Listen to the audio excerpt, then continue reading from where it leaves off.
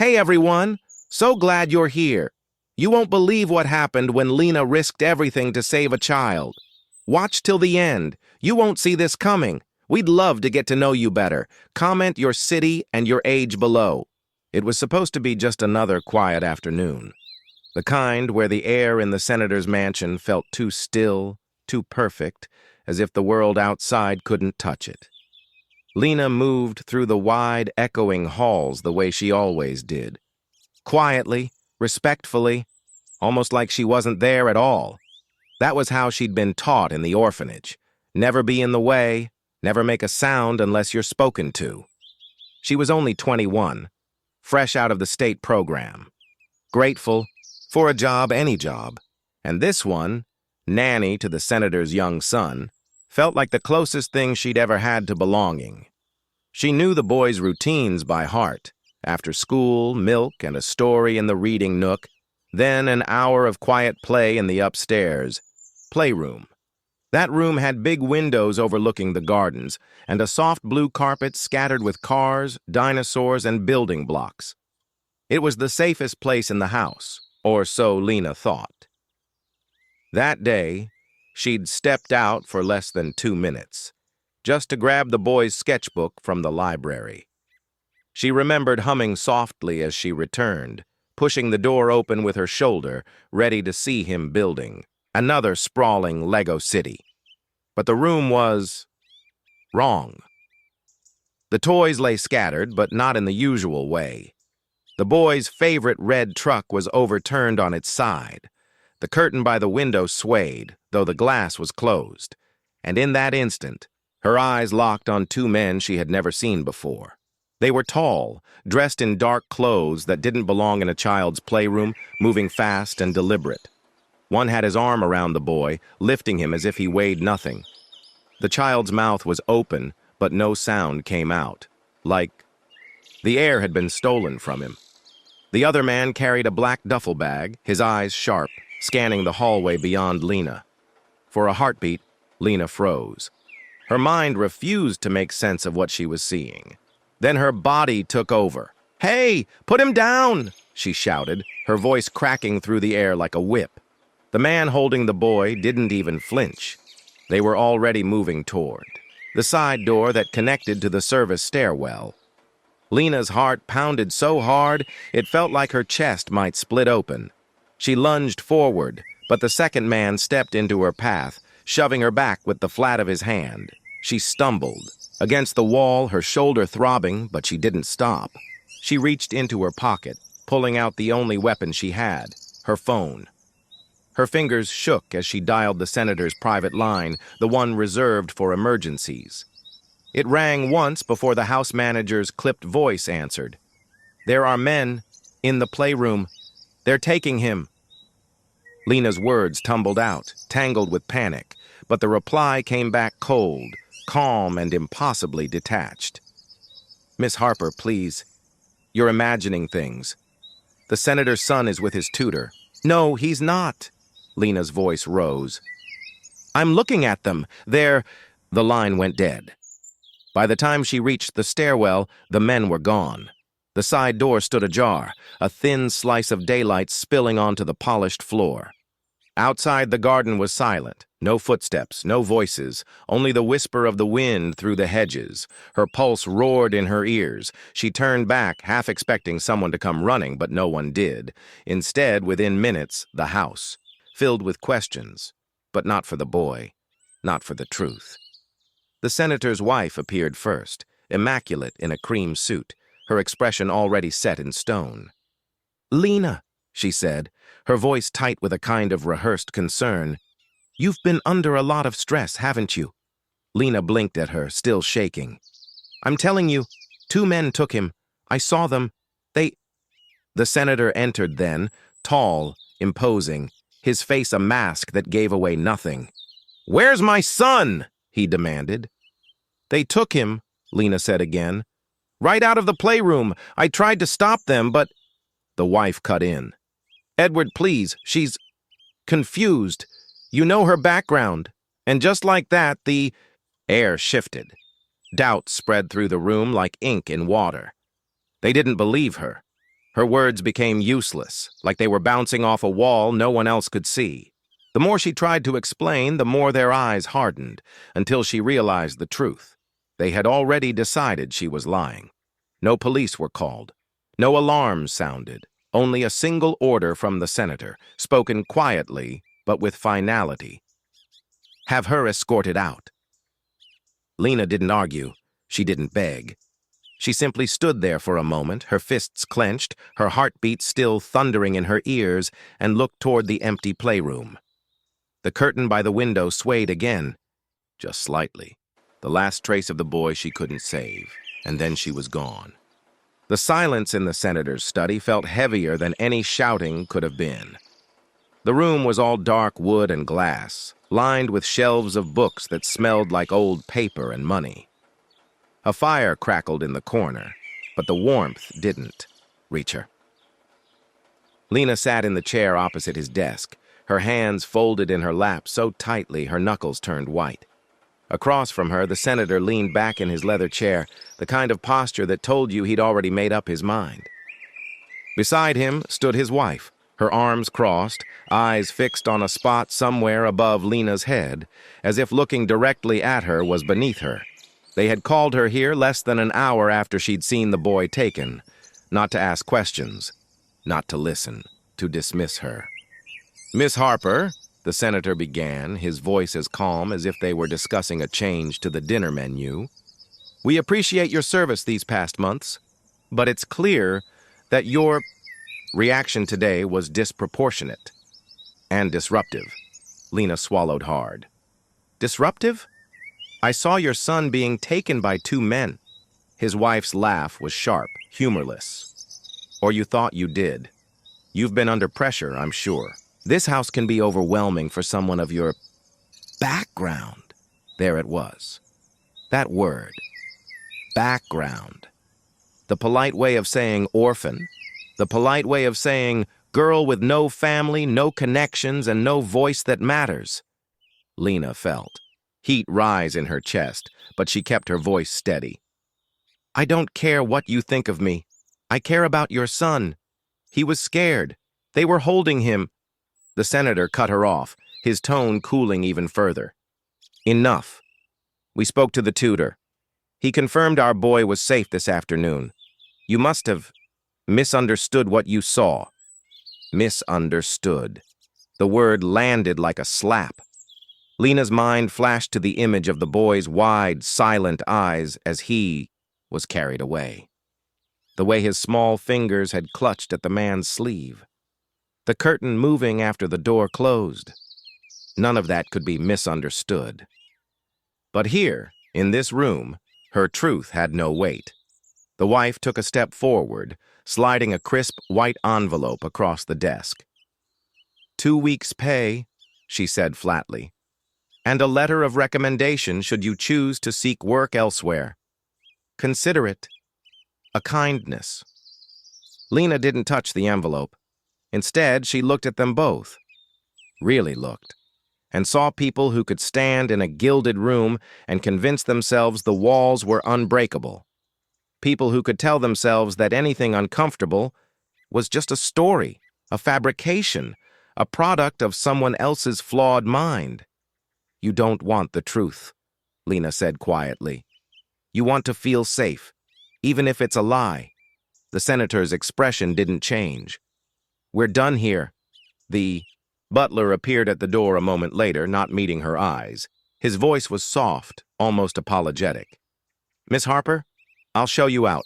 She rose slowly, smoothing her skirt with a calmness she didn't feel. She would not give them the satisfaction of seeing her break. She would not cry here. As she walked through the house for what she knew would be the last time, the marble. Floors echoed each step. Past the dining room with its gleaming silver, past the portraits of stern-faced ancestors, past the playroom door, now closed, the laughter inside replaced with silence. At the front door, she paused. The butler held it open, the winter air rushing in, cold and sharp. For a moment, she let it fill her lungs, grounding her. She didn't look back. On the driveway, the The senator's wife's voice floated faintly behind her, saying something about overreacting help and these girls always have a flair for drama. Lina kept walking. Her shoes clicked against the stone path, her back straight, chin high. She had nothing, no family, no savings, no job. But she had the one thing they couldn't strip from her, the truth of what she'd seen. And even if no one believed her now, she knew this wasn't over. The boy was out there, and so was she. The mansion was quiet in a way that didn't feel peaceful. It was the kind of quiet that wrapped around you like a cold sheet, where every sound, the tick of the grandfather clock, the faint hum of the heating system, felt too loud. Senator Edward Langley sat in his private study, a half-finished glass of scotch on the desk in front of him. His tie was loosened, his jacket draped over the back of the chair. On the far wall, the fire burned low, casting thin shadows across the room. It had been 2 days since Lina Harper had been escorted out. 2 days since she'd walked down the stone path without looking back. His wife hadn't brought up the incident again, except to say, "I hope you've learned to vet staff more carefully." The tutor had confirmed, or claimed to confirm, that the boy had been safe all afternoon. The house manager reported nothing unusual. On paper, the matter was closed. But Edward couldn't shake the look in Lina's eyes as she'd stood in his study, refusing the envelope. It wasn't the look of someone caught in a lie. It was the look of someone who had just watched a door slam on the only truth that mattered. That night, his son, Matthew, wouldn't sleep. The boy had crawled into Edward's bed, clutching his favorite toy, a bright yellow dump truck, paint chipped at the edges from years of play. He wouldn't let go of it, even as he drifted off. Now, 2 days later, the truck sat on Edward's desk. Matthew had left it there when the nanny, the new one, took him outside to the garden. Edward picked it up absent-mindedly, turning it over in his hands. The wheels were scuffed. The little plastic bed was loose, rattling faintly. Then he noticed it, a tiny black circle on the underside of the truck bed, no bigger than the head of a screw. He frowned, running his thumb over it. It wasn't a screw. It was smooth, glassy, a lens, a hidden camera. The realization landed like a weight in his stomach. Edward looked around the study as if expecting someone to explain it. No one did. Slowly, he set the truck down, reached into his desk drawer, and pulled out a small electronics case. Within minutes, he had the thing connected to a spare laptop. The screen flickered, then static, then an image, the playroom. The camera's angle was low, skewed slightly to one side, the perspective of a child's toy sitting in the middle of the carpet. Edward clicked through the footage. The early minutes showed Matthew stacking blocks, humming softly to himself. Then the door opened. 2 men entered, faces partially obscured by caps pulled low. Edward's pulse quickened. One of them stepped directly into view, blocking the light. He reached down, lifting Matthew in one swift motion. The boy's eyes widened. His small hands clutched at the man's coat, his mouth opening in a silent plea. Edward froze the frame. It was exactly as Lina had described.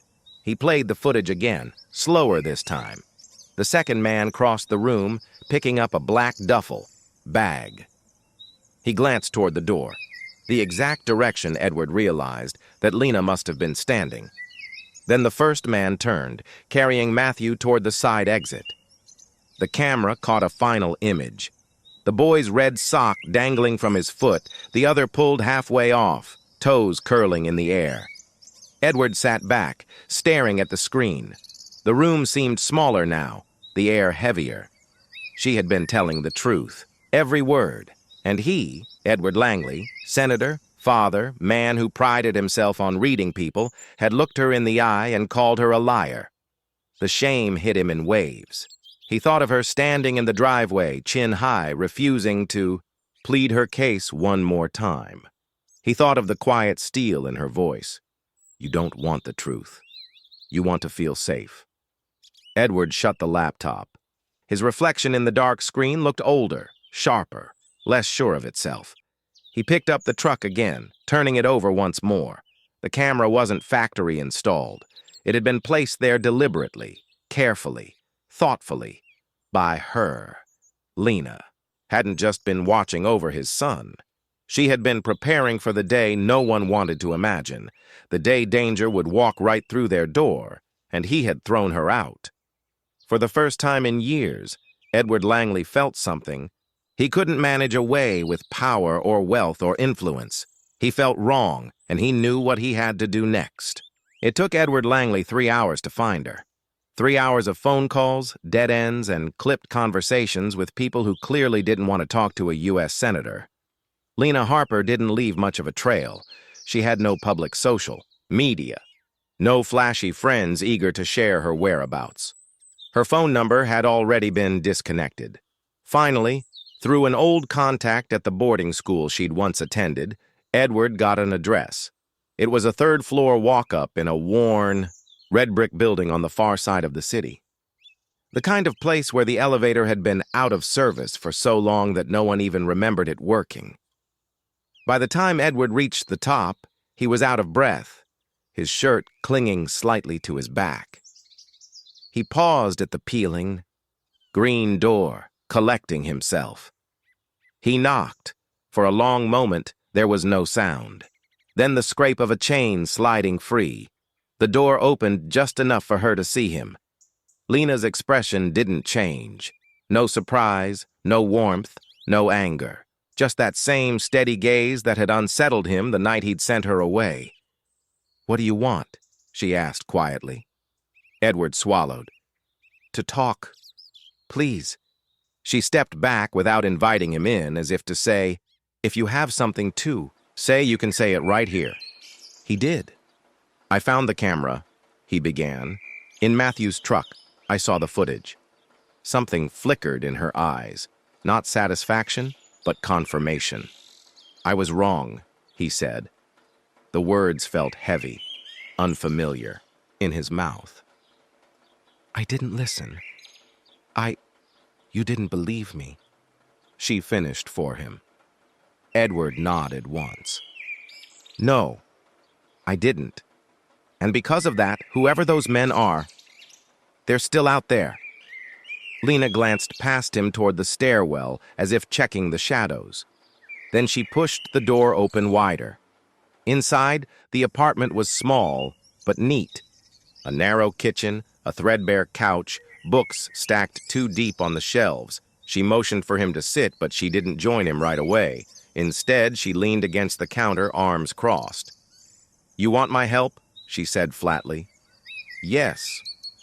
"And why should I give it?" Edward hesitated.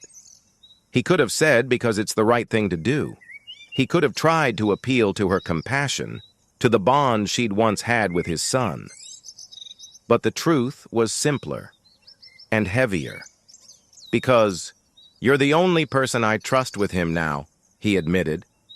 Lina studied him for a long, quiet moment. Then she walked over and sat across from him, her voice calm but edged with steel. "I'll help," she said at last, "but on 3 conditions." He nodded, bracing himself. "First, you tell me everything. No half-truths, no politics, no protecting anyone's image. I need the whole picture, Senator, or I walk." Agreed. "Second, Matthew's safety comes before everything. That means if I say we leave, we leave. No debates." Edward's jaw tightened, but he nodded again. "Agreed." "And third," she leaned forward slightly, her eyes locking on his. "If we find out who did this, there's no sweeping it under the rug. No favors, no handshakes behind closed doors. They face the consequences." There it was, the condition that would cost him the most, the one that might burn bridges in Washington so thoroughly they'd never be rebuilt. But he didn't hesitate. "Agreed." Only then did Lina's posture shift, just slightly. She extended her hand. Edward took it. Her grip was firm, unflinching. For the first time in days, he felt something that almost resembled hope.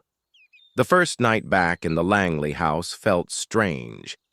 The air inside was still scented faintly of polished wood and citrus cleaner, but to Lina, it smelled different now, heavier, as if the walls themselves carried the weight of what had happened. Matthew wouldn't let go of her hand. From the moment she stepped through the door, he'd clung to her like a shadow. He didn't talk much, just looked at her with wide, tired eyes, as though making sure she wouldn't disappear. Again. She sat beside his bed long after the lamp had been switched off. His small fingers wrapped around hers, even as his breathing slowed and deepened. Every so often, his grip would tighten for a second, like his body was still fighting the memory of being taken. She stayed still, letting him feel the solid, familiar presence beside him. Down the hall, Edward stood in the doorway, watching silently. There had been a time, just a week ago, when he might have seen this scene and felt only relief. Now, there was something else in his chest, something sharper. Guilt, maybe, and respect. When Matthew finally drifted into a restless but steady sleep, Lina gently laid his hand on the blanket. She rose quietly, stepping into the hallway. Edward moved aside to let her pass, but she stopped and met his eyes. "You don't have to watch from the shadows," she said softly. "I didn't want to intrude," he admitted. She gave a small shrug. "It's his house, but it's his life too. Right now he needs more than walls around him." They ended up in the kitchen, where the lights were dim and the city outside was just a scattering of blurred gold dots through the tall windows. Edward poured coffee out of habit, then realized it was nearly midnight and switched to tea instead. They sat at the table, steam curling between them. For a while, they didn't speak. The silence wasn't uncomfortable, just tentative, like a bridge still under construction. "You've been with him all day," Edward finally said. "You didn't even stop to rest." Lina stirred her tea slowly. "I couldn't. He's not ready to be alone. He feels safer when he can see me." She looked up. "You've got staff, security, but right now, those aren't what matter to him." Edward nodded, absorbing that. "I've spent my life surrounded by people," he said after a pause. "Advisors, donors, colleagues, and yet it feels like I've never really listened to anyone who didn't have something to gain from me." Her gaze was steady, but not unkind. "Maybe it's time you did." He let out a quiet breath. Not quite a laugh, not quite a sigh. "You speak plainly. You need someone who will," she replied. For the first time, Edward didn't try to argue. A clock ticked somewhere in the house. Outside, the wind shifted, rattling the branches in the garden. They talked in low voices about Matthew's nightmares, about what frightened him now, about how children often hide their fear behind silence. By the time they rose from the table, the tea had gone cold. Edward walked her back to the guest room they'd prepared for her, the same one she'd packed up in humiliation days earlier. It looked exactly as it had before, but something in the air had changed. Matthew's voice broke the quiet. He was standing barefoot in the hallway, clutching his blanket, eyes still hazy with sleep.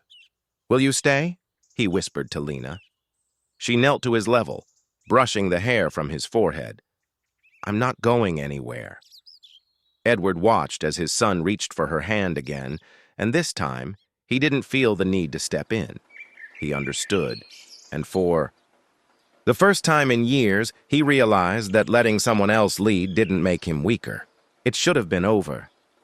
The kidnappers were in custody, the police had their statements, and Matthew was safe. The nightmare, in theory, had ended. But the morning after their arrest, Lina woke to the sound of voices downstairs. Not the low murmur of the senator and his wife, but sharp, clipped tones she recognized instantly, lawyers. She stepped into the hallway, still in the sweatshirt she'd worn to sleep. The air felt heavy, like the house itself was holding its breath. "We have to control the narrative," a man's voice was saying. "Otherwise, she becomes a liability." She froze halfway down the stairs. "She saved my son." Edward's voice cut through tight with anger. "And she did it," the lawyer replied, "by planting an illegal surveillance device in a child's toy.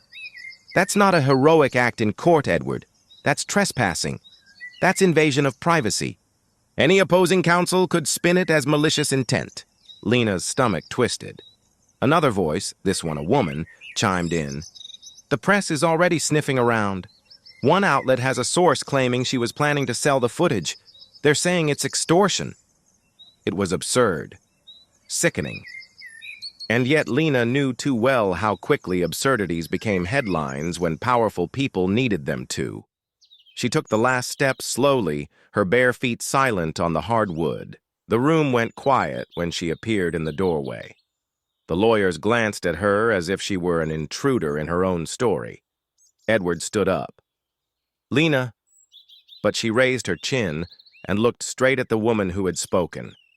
"I didn't take that video to make money. I did it because your security failed, and because a child's life mattered more to me than your rules." The woman gave a thin smile. "Intentions won't matter when the press gets hold of this. You need to think strategically, Ms. Harris. Step away now, and maybe this all goes away quietly." "Quietly," Lina repeated, the word tasting bitter. She knew exactly what that meant. The same quiet that had almost buried the kidnapping in the first place. Within hours, the first online articles appeared. A grainy photo of her leaving the police station. A headline, "Caretaker's hidden camera raises legal questions." The comments section was worse, strangers dissecting her. Face, her skin, her clothes. People debating whether she looked the type to blackmail someone.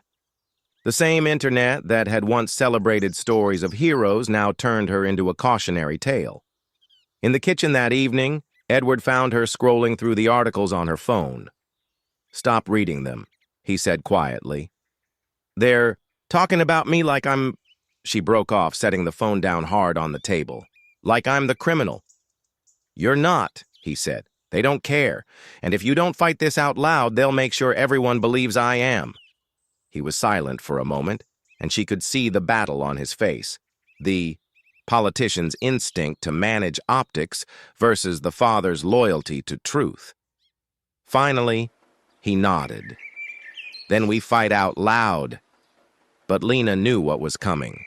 This wasn't going to be about justice anymore. This was going to be about power, and who had enough of it to keep the truth alive.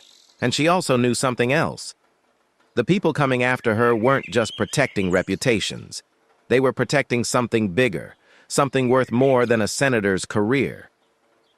The courtroom felt colder than it should have, not just from the air conditioning, but from the stares, cameras, journalists, strangers with phones poised like weapons.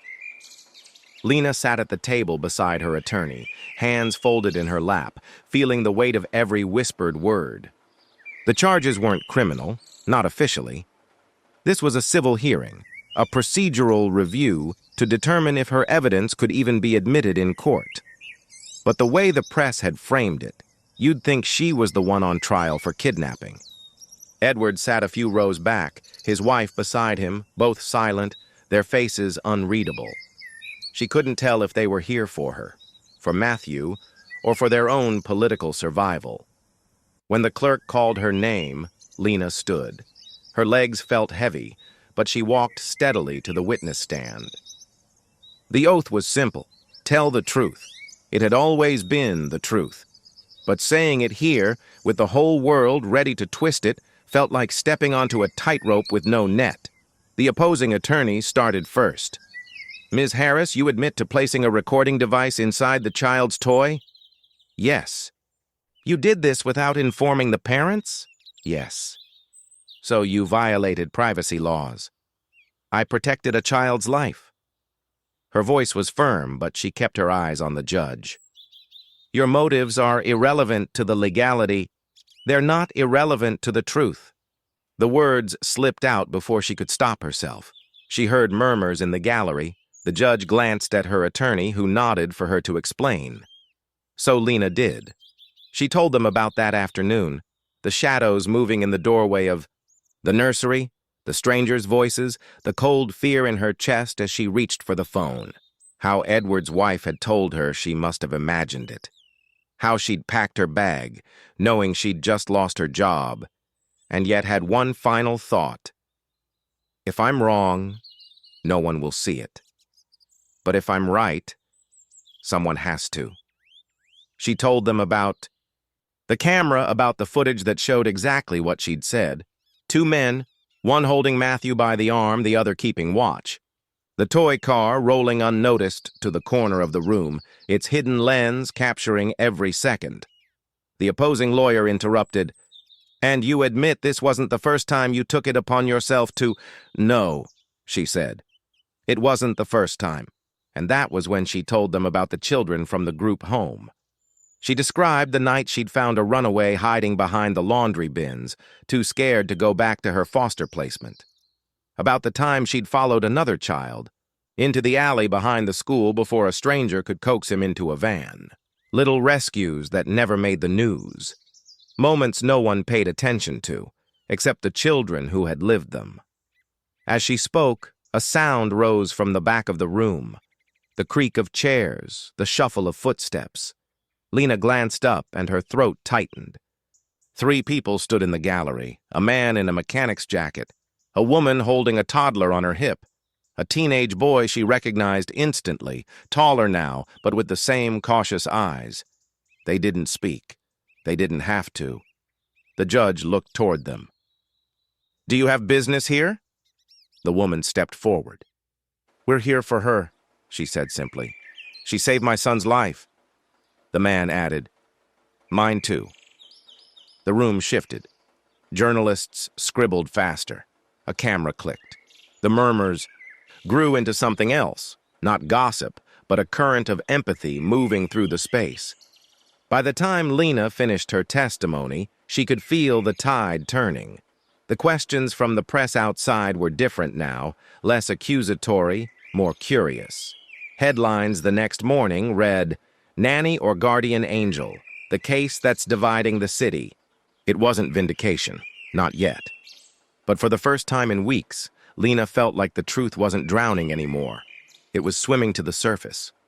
The rain had been pouring for the second day in a row. Heavy drops tapped against the wide windows of the office, turning them into a hazy mirror. Lina stood at the entrance, still not used to the fact that she had been invited here again, not for interrogations or justifications, but for a conversation. Senator Edward Lawrence rose from behind his desk, not as he used to, arrogantly with effort, but calmly, even slightly hesitantly. He looked tired, but there was something new in his eyes. Not political coldness, not cautious politeness, but honest, heavy determination. "Lina," he began, walking around the desk and approaching her. "I know this might sound strange, but I want to offer you a job." She smirked, without anger, but with a hint of irony. "I've already worked for you, Senator. That story ended. You know how. This isn't that job." He shook his head. "After what happened, after seeing what, it truly means to stand on your side. I want you to become the official children's rights ombudsperson for my office, officially, with resources, with authority." Lina stayed silent. She had expected anything. Thanks, apologies, even money in an envelope to forget everything, but not this. "And so," she asked carefully, "am I supposed to just sit at a desk, sign papers, and smile for the cameras?" "No." Edward took a step closer. "You'll do exactly what you've always done. Only this time, the law will be on your side. I'll give you a team, access to investigations, and—" He hesitated. "We'll open a center for minors' protection." Images flashed through her mind. Those quiet basements where children from the orphanage used to hide, sterile police rooms where no one knew how to listen, and voices that drowned in paperwork and reports. "And you understand," she said slowly, "that this won't be a political project? This isn't about ratings. I won't stay silent. If I see someone among your friends or colleagues hurting children," the senator nodded. "That's exactly what I want. I want you to speak up, even if it's inconvenient for me, especially if it's inconvenient." Lina studied him for a long time, trying to figure out whether this man had truly changed or had simply learned to play a new role. Then she remembered the face of the boy who wouldn't let go of her hand even in his sleep, and she realized she couldn't afford to walk away. "All right," she said quietly, "but on my terms. Full independence, unrestricted access to the press, and no interference in my investigations." Agreed. 2 months later, the doors of the Center for Minors Protection opened in an old building on the corner of Willow Street. The walls were painted in warm colors, the windows thrown open to let in sunlight, and low armchairs and bookshelves were placed in the lobby so children wouldn't feel like they were entering a government institution. Reporters, several well-known lawyers, police, representatives, and parents whose children Lina had once saved attended the opening. The boy from the orphanage handed her a crumpled photograph showing the two of them. He, very small, and her, holding his shoulder. "Now we have a place to go," he said. "Even if all other doors are closed." Lina smiled. She knew there would be threats, pressure, and attempts to shut down the center. But for the first time in a long while, she didn't just feel hope. She felt a weapon in her hands. And that weapon was the law. The senator, standing beside her, whispered quietly, "Your mission is just beginning," and Lina knew he was right. The day had started calmly. Lina was sitting in her office, going through a folder with a new case. A teenager from a shelter had reported abuse, and she was about to leave for a meeting. But the phone rang with a sharp, urgent tone.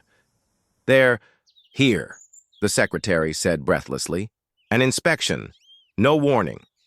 A few minutes later, a group of people in formal suits entered the lobby. 3 men, 2 women. Folders, badges, cold stares. The leader, a man with neatly trimmed gray temples, showed his ID. "Internal Oversight Department. We've received complaints about violations in your center's operations." "What kind of violations?" Lina asked, struggling to keep her voice steady. "Exceeding authority, violating personal data storage procedures, unlawful interference in family matters." He pronounced each word with mechanical precision, as if reading someone else's script. The inspection lasted all day. They opened cabinets, examined computers, copied names, made duplicates of documents. Lina felt the air growing thick, the walls of the center filling with a foreign, hostile energy. At one point, one of the inspectors accidentally found a folder in a drawer containing blank complaint forms, already signed, supposedly by parents. "Interesting," he drawled. "Fabricated complaints? That's serious." Lina looked at him the way she had looked at men who later backed down. "These forms are blank. The signatures are samples, used to train staff on how to process complaints. We'll document this," he replied coldly. By evening, Lina returned home exhausted. She had just poured herself tea when the phone rang again. It was the senator. "Have you seen it?" he asked instead of greeting. "Seen what?" "The news." Lina turned on her laptop. On the front page of a major website, headline, "Minors Protection Center accused of falsifying complaints and breaking the law. Director Lina Mark under investigation." Below the article, expert comments, anonymous sources, hints at financial fraud, and even a photo of Lina talking to a child's mother. The image had been cropped, so it looked like she was handing her an envelope. She felt the familiar, cold rage rising inside. "This is fabrication," she said into the phone. "Someone wants to shut down the center." "I know," the senator replied, But if they launch a formal investigation, it could paralyze your work for months, and that is exactly what they want. The next day, journalists were already waiting outside the center's entrance. Cameras, microphones, loud questions. Is it true you forged complaints? How much money did you personally receive? Is this senator's project a money laundering scheme? Lina walked past without answering. She knew every word would be ripped from context. Inside, in the lobby, children and parents were sitting. Some had come for help, others to show support. The boy from the orphanage, the one who wouldn't let go of her hand, whispered quietly, "They want you to stay silent. Don't be silent." Lina looked at him and nodded. She already knew this wouldn't just be an inspection. This would be a battle, and if they wanted to shut her down, she'd make them regret they ever started. The autumn sun had already begun its slow descent when Lina stepped off the train. The city around her was loud, bustling, unrelenting, the kind of noise that usually drowned out every other thought. But inside her chest, there was a different kind of sound, a steady, insistent heartbeat that reminded her why she had agreed to this meeting. She had known it would happen someday, that the woman who gave birth to her would eventually reappear. But knowing it and facing it were entirely different matters. For years, Lina had carried a quiet storm of questions, resentment, and an aching void she could neither name nor fill. The cafe was small, tucked away on a side street, its windows fogged with the chill in the air. Lina entered first, scanning the tables, her hands clenched around the strap of her bag. And then she saw her, a woman in her late 40s, wearing a faded coat and a scarf wrapped carelessly around her neck, her hands trembling slightly as she held a cup of tea. For a moment, neither spoke. The air between them was thick with unspoken words, the kind that had piled up over 26 years. Lina remembered the letters she had imagined sending as a child, the words she'd never had the courage to write. "Why did you leave me? Did you ever think of me?" Her mother's voice broke the silence first. "Lina." It was soft, tentative, almost afraid. Lina swallowed and sat down across from her. Her fingers tightened around the edge of the table, knuckles white. "Hello." They sat like that for a long moment, neither moving, the quiet around them a fragile barrier. Finally, her mother spoke again. I never thought I'd see you again. I wasn't sure you'd even want to." Lina's throat tightened. "I didn't. Not for a long time. I know," the woman said, voice trembling. "I made mistakes. I had nothing. I was scared." Lina's heart ached, the words landing with a weight she hadn't expected. She had spent years picturing her mother as cold, absent by choice, indifferent to the nights she cried alone in the orphanage. But here she was, fragile, human, admitting her fear, her failures. "I didn't leave you just to hurt you," her mother continued. "I left because I thought it was the only way to give you a chance at a life I couldn't provide." The words struck Lina like a wave. She had rehearsed what she would say in moments like this. Anger, questions, accusations, but none of that came. All she could hear was the honesty in the voice across from her. "A chance?" she asked softly. "You think leaving a child in a place like that is a chance?" Her mother's eyes filled with tears. "I was young, foolish, terrified. I thought if I left you with people who could care for you, you'd have a future. I never stopped thinking about you." Every day, Lina felt something inside her shift, a crack in the wall she had built so carefully around herself. The anger didn't vanish, not completely, but it softened, allowing space for something she hadn't allowed herself to feel in years. Compassion.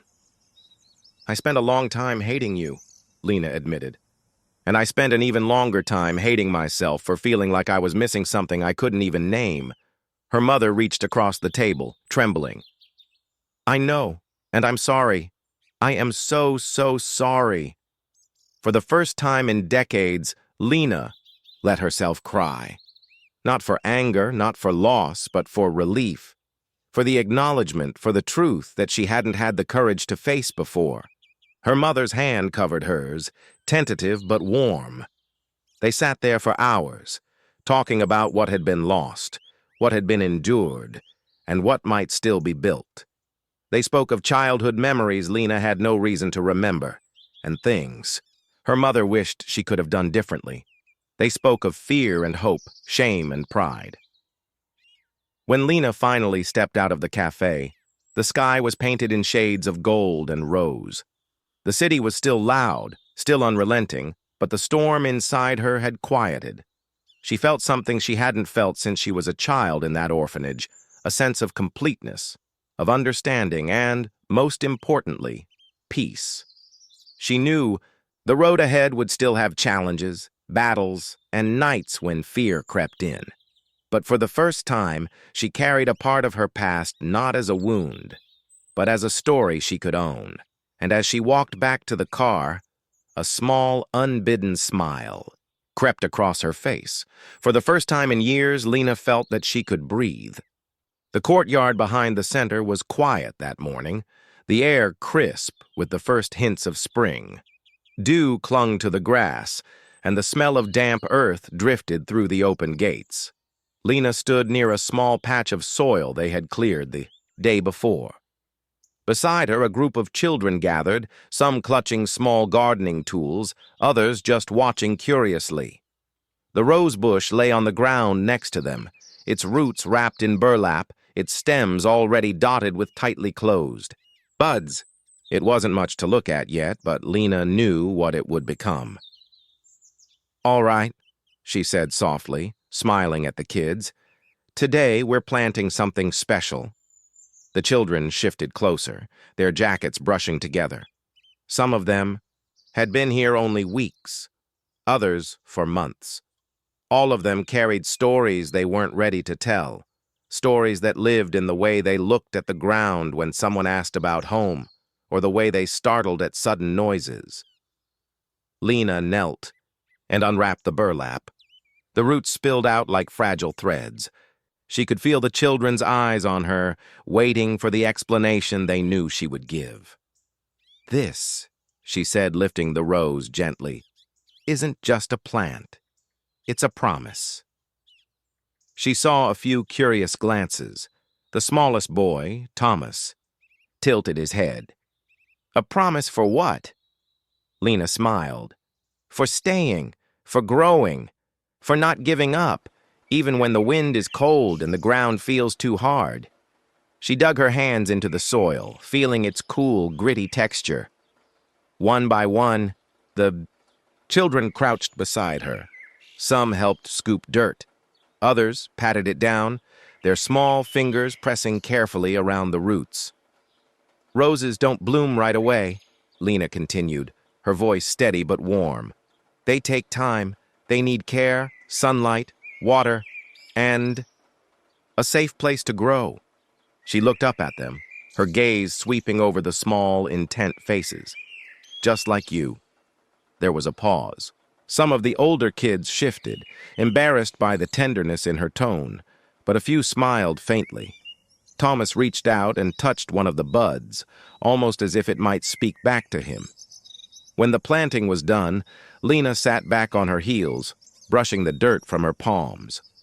The rosebush looked small against the backdrop of the yard, almost fragile, but she knew that in time its roots would sink deep, its branches would spread, and its flowers would open.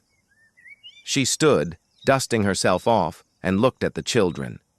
"We'll take care of it together," she said. "And when it blooms, it will remind us of something important. We're not going anywhere." The words hung in the air, quiet but firm. The kids stared at her, some with wide eyes, some with guarded expressions. Then Lina added, her voice soft but unshakable, "We will stay until you're strong enough to grow on your own." It was a simple statement, but it carried the weight of everything they had been through. The raids, the false accusations, the nights when the future felt uncertain. It wasn't just about a rose bush. It was about survival, belonging, and the stubborn refusal to let anyone take away the place they had built together. One of the older girls, Aisha, knelt back down and patted the soil one more time. "Then we better make sure it gets really strong," she said quietly. Lina smiled, feeling an unexpected warmth in her chest.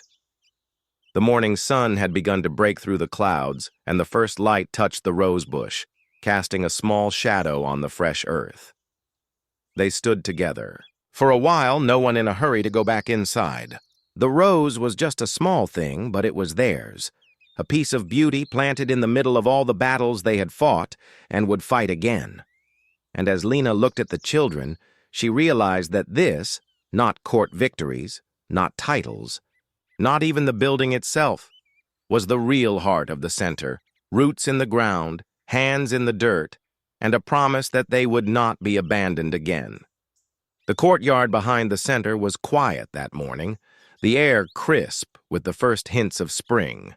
Dew clung to the grass, and the smell of damp earth drifted through the open gates. Lina stood near a small patch of soil they had cleared the day before.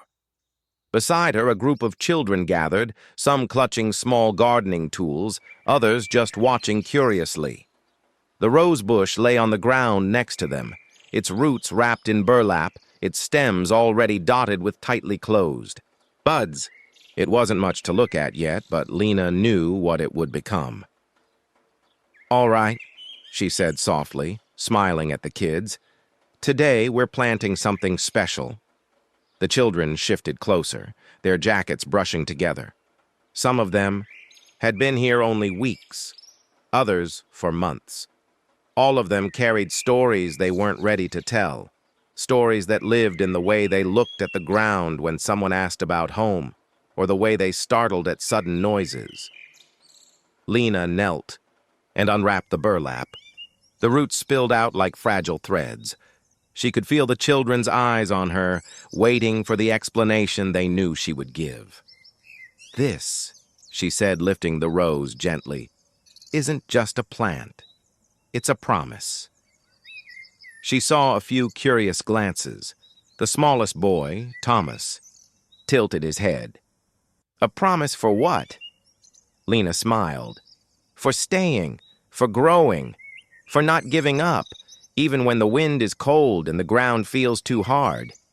She dug her hands into the soil, feeling its cool, gritty texture.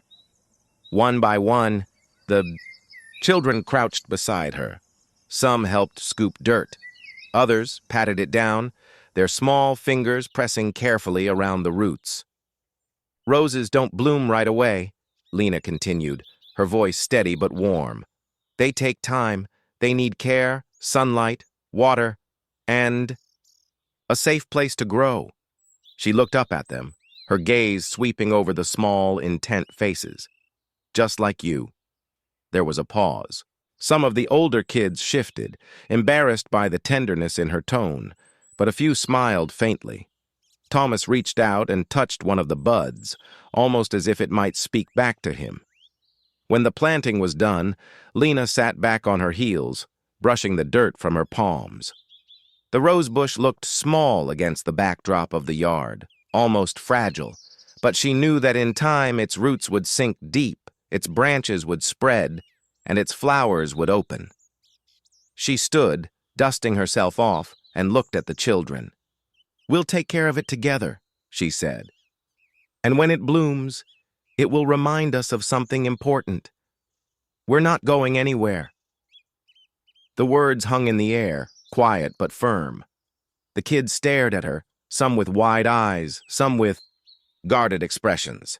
Then Lina added, her voice soft but unshakable, "We will stay until you're strong enough to grow on your own." It was a simple statement, but it carried the weight of everything they had been through. The raids, the false accusations, the nights when the future felt uncertain. It wasn't just about a rose bush. It was about survival, belonging, and the stubborn refusal to let anyone take away the place they had built together. One of the older girls, Aisha, knelt back down and patted the soil one more time. "Then we better make sure it gets really strong," she said quietly. Lina smiled, feeling an unexpected warmth in her chest. The morning sun had begun to break through the clouds, and the first light touched the rose bush, casting a small shadow on the fresh earth. They stood together. For a while, no one in a hurry to go back inside. The rose was just a small thing, but it was theirs.